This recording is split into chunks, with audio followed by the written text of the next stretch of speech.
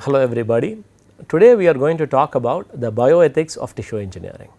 So, we have discussed tissue engineering, we have now seen the different aspects of tissue engineering, what promises it holds. However, with any advanced development, especially in the areas related to human life, the ethics becomes a major question. So, it is important for us to look at the ethical questions which need to be addressed while we are performing research when it comes to tissue engineering. So, today we will be talking about the different ethical questions which are posed for the researchers and also the society when it comes to the area of tissue engineering.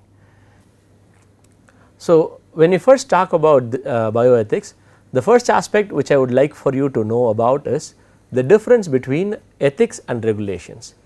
So, please think for a minute, what is ethics and what are regulations?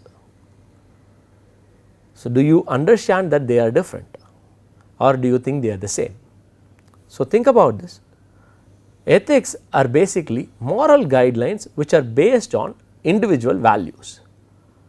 So, what are regulations then? Regulations are basically rules which are imposed by an external agency. So, the fundamental difference is ethics is based on our own morals. So, it could either be what an individual person believes or the society believes or his religion believes, versus regulations being what governmental agencies actually enforce. So, regulations are usually from external forces. However, in an ideal society, the ethics should be of higher standards than regulations. So, it is important that we understand this difference. Today, we will be focused on the ethics of these issues.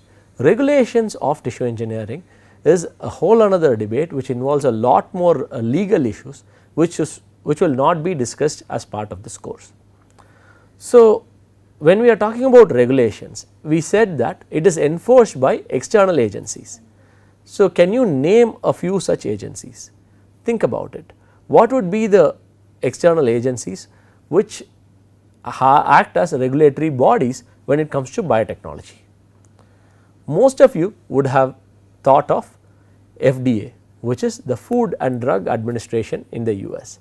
So, this organization is the one which approves what is used for food products and what are used as drugs, and this is also the agency which approves medical instruments and also any of the tissue engineered products which might actually reach the market. However, this is an agency which is set up by the United States government and it is actually implemented only for the US. So, you could get an FDA approval, but that is only required if it needs to be marketed in the US. However, if you are looking for something to be marketed in India, where do you go? Where do you get the approvals?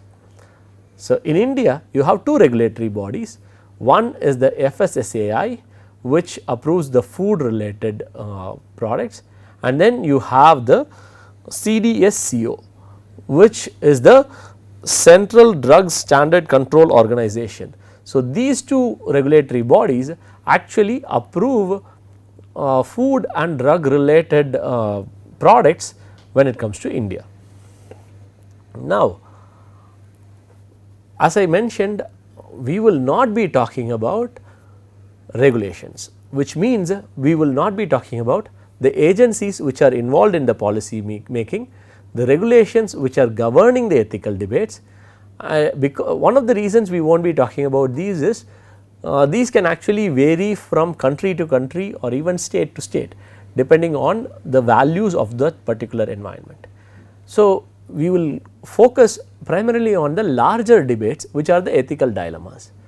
So, we will focus on major questions which are posed in front of us when we talk about tissue engineering. So, this area is called as bioethics. So, bioethics is basically the study of ethical issues related to advances in biology and medicine. So, as tissue engineering ultimately wants to be developing a product which can help in improving the quality of life of people and develop into a biomedical product. So, bioethics governs how tissue engineering research should be carried out. So, when we are talking about bioethics, what are the factors? What actually influences bioethics or even ethics in general? You can have legal factors, the rules that can guide what is right and wrong. So, these are basically rules which are enforced, and this, if somebody does not have their own guidelines, the legal guidelines which are set forth by the external agencies will act as the ethical guidelines as well. So, that is not the highest standard that needs to be met. So, you could also have organizational factors. So, organizational factors depend on the ethics of the leader or the values imbibed through policies and publications and speeches by the organization. For example, you could be working in a company where there would be certain rules about what to wear or the timings in which you need to work, and these are policies which are implemented by the company. So, you have these organizational factors which decide how you actually behave. So, the ethical guidelines here are not just dependent on the legal bodies, but on the organizational bodies. So, technically these are not binding, because you can actually leave the company and go to a different place. There is no law forcing you to work in that company. So, by choosing to work there, you have agreed to abide by the organizational values of the place where you are working. So, this could also apply to colleges or in general any society. In a family get together, you would have a certain organizational value which may be unsaid, but you still have to follow them, because that is how your family would function. So, that is the organizational factor. Then comes the more important factor, which is the individual factor. As an individual, all of us have our own moral standing. So, when we have these moral standings, this is what will drive us towards doing something or not doing something. We need to realize what can be done and what should not be done, and that comes from our own belief system. It could be either the moral development or the personal values and personality. It could also be religious influences or family and peer influences. It could be life experience or situational factors. So, these are the governing factors when you are talking about how an individual behaves. So, moral development is based on so many things, right. So, you need to have a certain set of values on different issues, and this comes from who you are. This defines who you are. And personal values and personality. So, there may be certain things I would feel uncomfortable doing, however someone else might be more comfortable doing, and that comes simply because of the personality. There can also be religious influences. All of us follow our own religion. Individual religions have different guidelines which people follow. There are religions which would restrict certain activities, whereas other religions might not be so strict. So, depending on the religious beliefs, somebody might actually follow or do certain things, while the others might not, and this plays a huge role in how a person behaves. Family and peer influences. Looking at your peers and your family, you will learn values. Looking at your parents, you know what they do and what they do not do. If a parent does not stop at a red light when in a signal, then the kid assumes that it is okay to do that, although the legal guidelines say otherwise. So, the values are imbibed by looking at the peers and your family. Life experiences would also change your values. So, as you grow, there are more experiences you have, you see more things. So, based on that, your value system will evolve. Some of the values you would have held dear when you were younger would not be seen as such strict things, and things might change over a period of time. The last and the crucial factor is the situational factor. There are certain things which we would find repugnant today when we have all the facilities and amenities. However, when we are pushed to a corner, then the situation might demand us to cross a line which we would not cross today. So, how do we take all these factors when we are looking at ethics? So, when we are talking about bioethics, all these factors can play a role. So, we will talk about some of the major questions which actually haunt the field of biology and even tissue engineering specifically, which actually need to be addressed and discussed. So, we will first talk about one of the major ethical debates when it comes to tissue engineering. It is the embryonic stem cells. So, what are embryonic stem cells? First, we need to know what are stem cells. So, in this lecture, in this course, we have already discussed what stem cells are. So, I am assuming you would already know what stem cells are. So, if you do not, basically stem cells are cells which actually can differentiate to different types of cells. These do not have the functionalities already determined, they can differentiate to form different cells. They are also self renewing cells. So, this is what a stem cell is. So, what is an embryonic stem cell and why is it so special? An embryonic stem cell is a cell which is obtained from the embryo. So, these stem cells have much higher potency, these are pluripotent, and that actually makes it very useful tool, makes them a useful tool for research. So, what are the other types of stem cells? There are many other types of stem cells. You can actually find stem cells in all parts of your body. So, you have the mesenchymal stem cells, you have the hematopoietic stem cells, you can have adipose derived stem cells and many other. Dental pulp has stem cells. Stem cells can be found in many parts of your body. So, why is the fuss about embryonic stem cells? As I mentioned, these are pluripotent stem cells, which means they have a lot more potency when it comes to differentiating and growing. So, recent research has also shown that the somatic cells can actually be converted to induced pluripotent stem cells. So, these are called as the iPSCs or induced pluripotent stem cells. So, by incorporating certain transcription factors, the somatic cells can be converted to pluripotent stem cells which are called as the iPSCs. So, these are the different types of stem cells. So, as I already mentioned, embryonic stem cells show pluripotency, and that is why there has been a lot of interest in working on embryonic stem cells.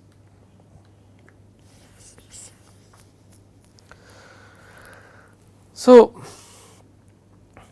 before we look at the ethical question about embryonic stem cells, we need to understand how embryonic stem cells are obtained. So, what you do is, first step is fertilization of an egg, and you create an embryo, and this embryo is allowed to grow till it reaches a stage called the blastocyst. So, in the blastocyst you have an inner cell mass which is basically the mixture of cells which contains the embryonic stem cells. So, from this mixture from this inner cell mass you obtain the embryonic stem cells. So, the fertilized egg which grows to a blastocyst is actually disrupted to get your embryonic stem cells, and these embryonic stem cells can then be differentiated to form different types of cells.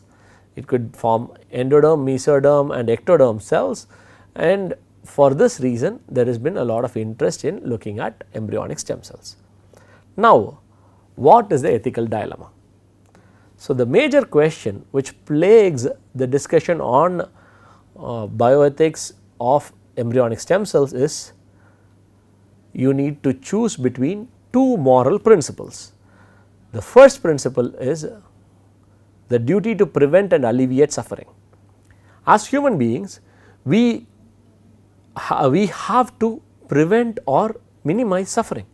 When you see somebody who is suffering, you should try to do what you can to help them and alleviate the suffering. So, this is one of the moral guidelines which humans are driven by. The other guideline is duty to respect the value of human life. Human life is one of the most precious things. We need to value it and we cannot sabotage it. So, these are two principles which end up being conflicting when you talk about embryonic stem cell research. There is actually no way to respect both when you are working on embryonic stem cells. So, what happens here is, to obtain embryonic stem cells, an early embryo has to be destroyed, which means you are destroying potential human life. But embryonic stem cell research can lead to treatments that can alleviate suffering. So, now these are two guidelines which we said are moral guidelines, which we are driven by, moral principles that we are driven by, but these end up being conflicting when you talk about embryonic stem cell research. So, that is what makes it a hard question to answer. How do we decide which is more important?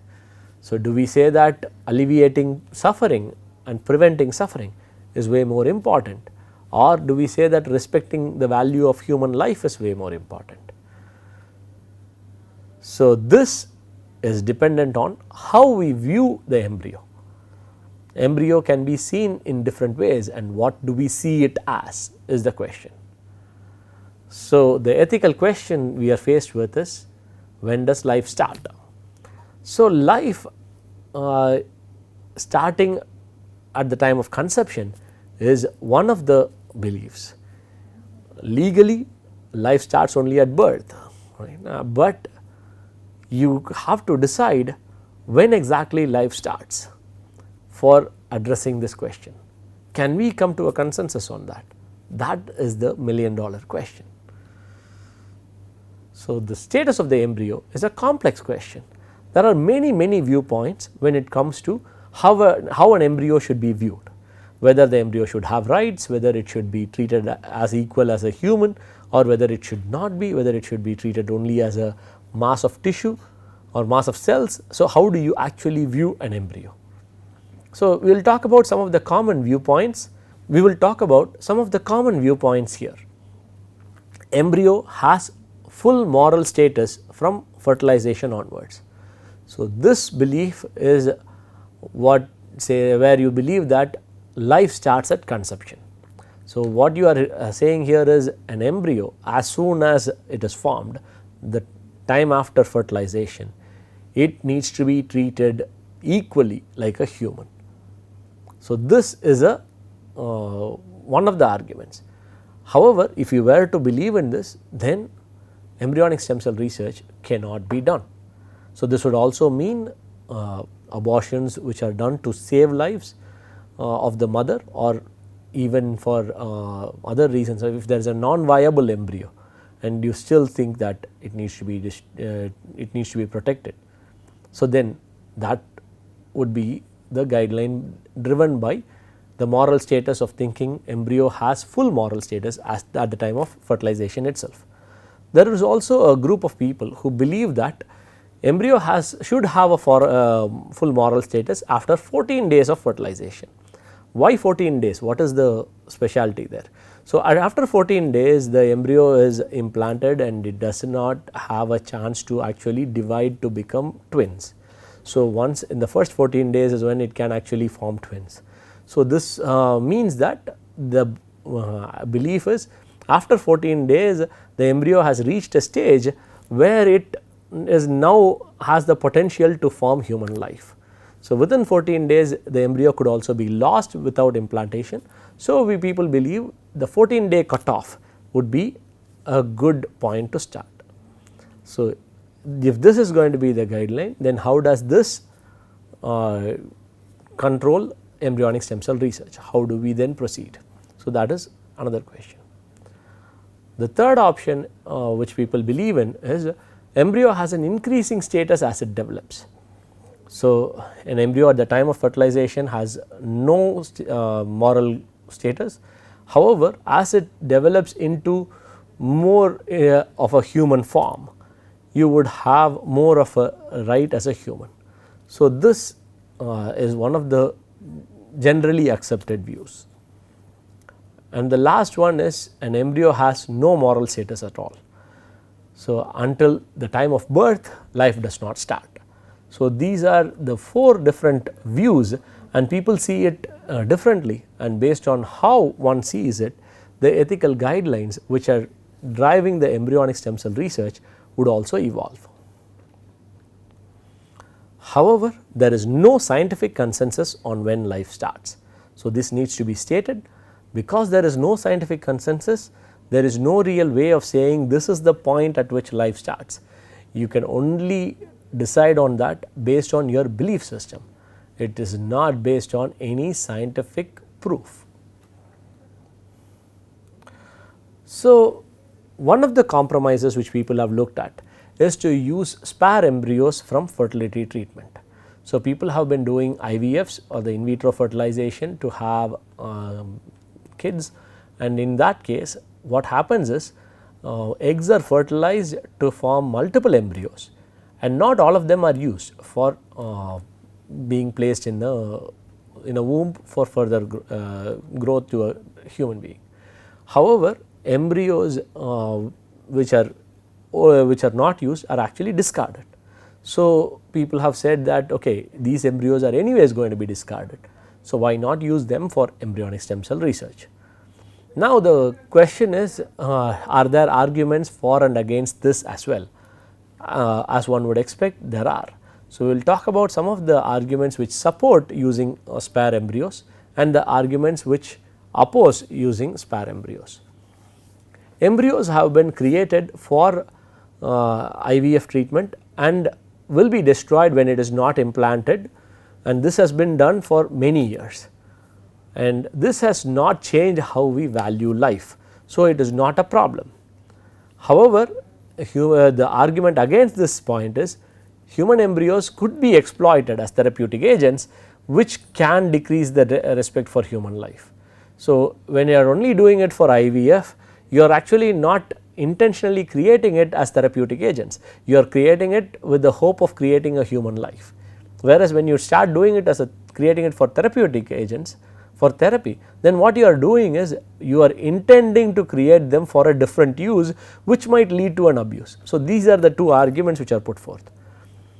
And the next thing is many embryos are created in IVF which are not implanted and are actually left to perish. So, the moral dilemma of ending human life is not applicable here. So, you are actually anyways going to destroy them. So, it is not like you are destroying human life because it is being done already. But the argument against it is this is a slippery slope. So, what can happen is potentially people can start creating embryos with the sole goal of destroying them for therapeutic purposes, which is not an acceptable thing for many people. So, this is where the issue comes in when it comes to this argument. There is also the argument which is put forth saying that it is better to use these spare embryos for research rather than to let it go to waste. However, the argument against this is this could encourage a society which tolerates the loss of life to save a life. So, these are the different viewpoints which are put forth. So, it is up to you to think of what is acceptable. So, when it comes to framing guidelines or regulations, the ethical guidelines will be the driving principle, and the rules which would be put forth or the regulations which will be put forth should be driven by our ethical guidelines as a society. So, overall societal ethics would dictate what would be seen as acceptable for the society we live in.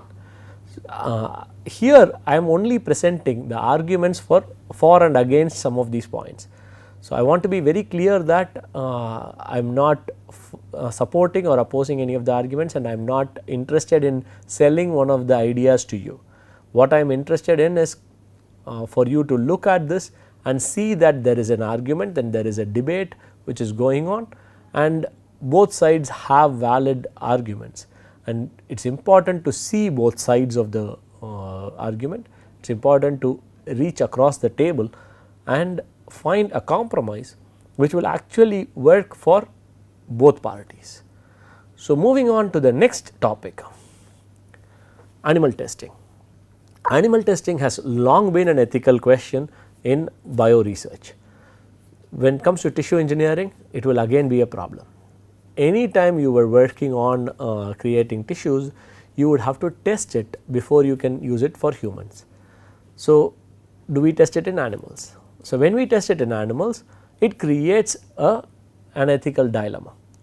So, in the next lecture we will talk about animal ethics, animal testing as one of the ethical questions. Thank you.